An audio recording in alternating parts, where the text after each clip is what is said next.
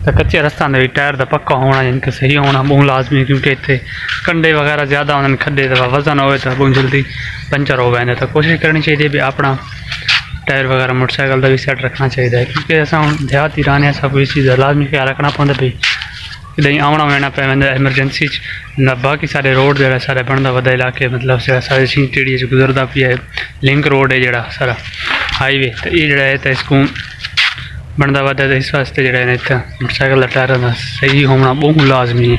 अस कोशिश करें भी अपने मोटरसाइकिल का टायर सही रखूँ। तो दूजा मोटरसाइकिल जो सारा जापानी हो भाई जैद को उडे उन्हें कहूँ भाई साइड से रावलपिंडी वो हूँ माशाल्लाह आना उस तकरीबन पहले उस आना है तकरीबन 27-28 रोज़े को आवे सी, तो ईद सारे को मोटरसाइकिल आवे सी, तो जो है ना सिस्टम ज़बरदस्त थी वैसी। तो आज बड़ा ही मज़ा है। उम्मीद करता सारी वीडियो अच्छी लगी ऐसी, अगर सारी वीडियो अच्छी लगी हो तो सारे चैनल सब्सक्राइब करना है, नाल बेल आइकन बटन प्रेस करना है ताकि इस तरह दिखाने नहीं होने तक पहुँच रहा है। तो मिलते हैं इंशाल्लाह नेक्स्ट वीडियो।